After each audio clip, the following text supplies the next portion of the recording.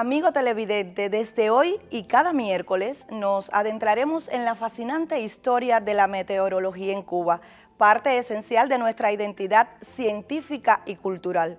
Y qué honor, precisamente hoy, tener con nosotros al profesor Luis Enrique Ramos Guadalupe, voz autorizada, apasionada e imprescindible para hablarnos del tiempo en Cuba. Ya le estoy dando las buenas tardes. Bienvenido, profesor. Es un privilegio contar con usted en este nuevo segmento donde conoceremos de la historia del clima y donde se entrelaza también la historia de la nación, la historia cubana. Bienvenido a nuestro espacio. Un estreno, un placer. Buenas tardes. Buenas tardes, Bárbara, para usted también y por supuesto para los que están en sintonía con el canal cubano de noticias. Muchísimas gracias, profesor. Vamos a comenzar. ¿Qué registros o señales nos hablan de los primeros intentos en Cuba por entender y anticipar sobre todo de este tema que vamos a empezar a abordar durante estos días de verano, el clima? Bueno, para poner el tiempo en contexto, tenemos que remontarnos a los siglos 4, 5, 6 de nuestra era, cuando comenzó el poblamiento aborigen en las islas del Caribe, en particular en Cuba. En esos grupos originarios, en esos pueblos originarios del Caribe, tenemos una figura singular que es el beíque. El beíque es una especie de chamán de estos grupos que reunía en sí varias funciones, la de médico, herbolario, una especie de asesor para el líder de ese grupo y que sin duda tenía entre sus funciones dar una idea de cuándo debía sembrarse, en qué momento debían recogerse las cosechas y de interpretar los fenómenos ambientales. Por ejemplo, las tormentas, la lluvia, el periodo de sequía y sobre todo los consustanciales huracanes del Caribe. De manera que tenemos en el beíque ese inicial predictor del tiempo, no con los recursos de la ciencia, pero sí con los elementos que le brindaba la interpretación mágico-religiosa de la realidad, a partir de aspirar el polvo de la cojoba que le hacía quizá expresar alguna alucinación, algún elemento de este tipo y emitir entonces su pronóstico a partir también de determinada experiencia. Elementos interesantes en esta historia y en aquellos tiempos iniciales, profesor, cuando aún no existían, por supuesto, estas estaciones meteorológicas, ¿quiénes se interesaban por estos temas? ¿Quiénes eran los agricultores, los navegantes? Por supuesto que tienen que estar al pendiente para conocer del clima, de la meteorología, las autoridades también. Sí, en el caso del citado beíque tenemos las crónicas de Indias, de los conquistadores españoles que más o menos expresaron esto, pero sin definir concretamente si eso era así o no, porque nuestros aborígenes no escribían, eran una cultura ágrafa. En los tiempos históricos, es decir, después de la conquista y colonización de Cuba, tenemos como interesados en el tiempo a los navegantes, directamente responsabilizados con esas predicciones porque su vida estaba en juego. Pero en el territorio de Cuba hay que acudir a nuestros campesinos, que atesoraban y aún atesoran un importante conocimiento a partir de la experiencia en torno a los tipos y el color de las nubes, las épocas del año y sobre todo un ejercicio predictivo que aún se recuerda titulado las cabañuelas.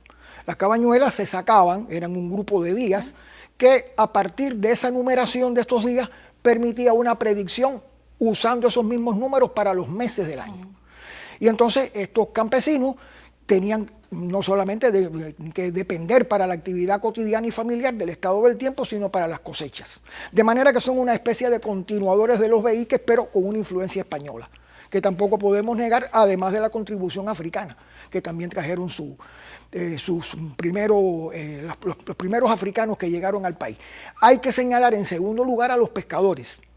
En este caso, una forma de producción diferente, pero con un riesgo mayor de exponer su vida.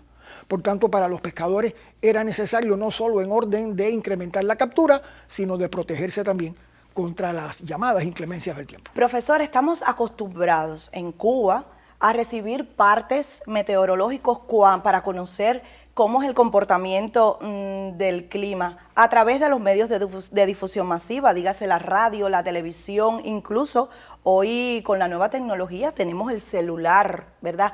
¿Cuándo comenzó en Cuba la costumbre de divulgar esta información al público, por supuesto, de forma sistemática y para mantener la actualización durante el transcurso quizás de un evento meteorológico? Bueno, en una época sin televisión, sin radio, sin periódicos y sin Sí, celulares. tuvo sus antecedentes, claro. Sí, tenemos a la figura del sereno de barrio, una especie de velador del sueño de las personas, una figura que vino de España y después se instauró en Cuba. Este sereno de barrio recorría las comunidades y a viva voz decía, sobre todo por la noche, las 9 en punto y sereno, las 10 en punto y relampagueando, o las 11 en punto y lloviznando. Y eso permitía a las personas que dormían o estaban en vela a esa hora saber qué estaba pasando con el tiempo fuera de sus viviendas. Sin embargo, desde el punto de vista de la información meteorológica con datos, nos vamos a los finales del siglo XVIII, con el papel periódico de La Habana. Aquí lo tenemos en pantalla. Nuestra primera publicación, digamos, con un sentido social de poner en función social la información meteorológica. Babi, el papel periódico solamente tenía 4 páginas. Sí. Y el hecho de que las observaciones meteorológicas pasadas, del estado del tiempo pasado, estuvieran en primera plana, era una señal de la demanda social de esa información. Por supuesto. Por tanto, tenemos una de las historias más largas en América Latina respecto a la difusión de la información meteorológica en los medios de comunicación. En este caso, la prensa, la comunicación impresa, en el papel la información periódico de los medios, claro. Exactamente. Así que, digamos, por ahí comenzamos y por ahí seguimos después con la radio, la televisión y otros medios. Lamentablemente los huracanes cuando llegan son parte de nuestra realidad y de nuestra memoria colectiva, eso es indudable. ¿Desde cuándo se empezaron a hacer los pronósticos de estos fenómenos en el país y cómo eran en aquellos primeros momentos, en aquellos primeros intentos, profesor? Bueno, no podemos suponer un pronóstico como el de hoy, el estado del tiempo presente y el estado del tiempo futuro. Sin embargo, hay que identificar ya en la primera mitad del siglo XIX, entre 1854, 1857 y sobre todo en 1870, la institucionalización de la información meteorológica, expresada en partes o comunicaciones a la prensa por el Observatorio del Real Colegio de Belén.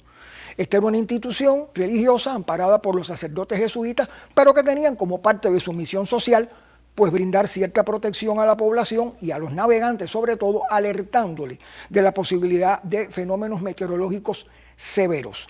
También tuvimos una institución en Cuba, el Observatorio Físico Meteorológico de La Habana, quizás en otro momento podamos también ampliar en ella. Pero fijamos, para concretar, este momento de mediados del siglo XIX como el inicio de la información meteorológica institucionalizada en el país. Así que con eso ponemos el tiempo en contexto. Ya usted lo dijo, el tiempo en contexto llega a nuestra revista en tiempo real a partir de hoy, durante todos estos días de verano, miércoles, como ya anunciamos en nuestra presentación. A usted agradecerle por estar con nosotros durante todos estos espacios y por ofrecernos estas informaciones, que es una mezcla de cultura, de historia y de también tener conocimientos de cómo prepararnos ante cualquier evento meteorológico. Muchísimas gracias, profesor. Y usted, amigo televidente, manténgase con nosotros porque ahora vamos a una pausa, pero en breve tendremos más.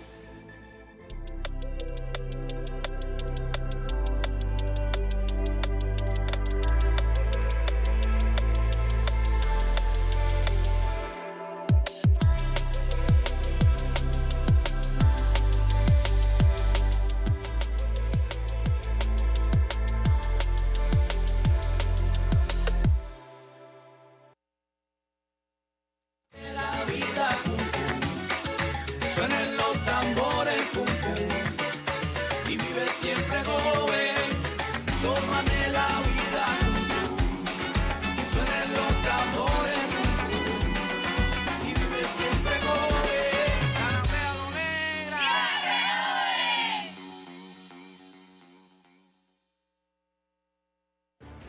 Y una vez más estamos haciendo contacto con nuestros corresponsales en las provincias. Ahora nos vamos hasta Las Tunas con nuestra colega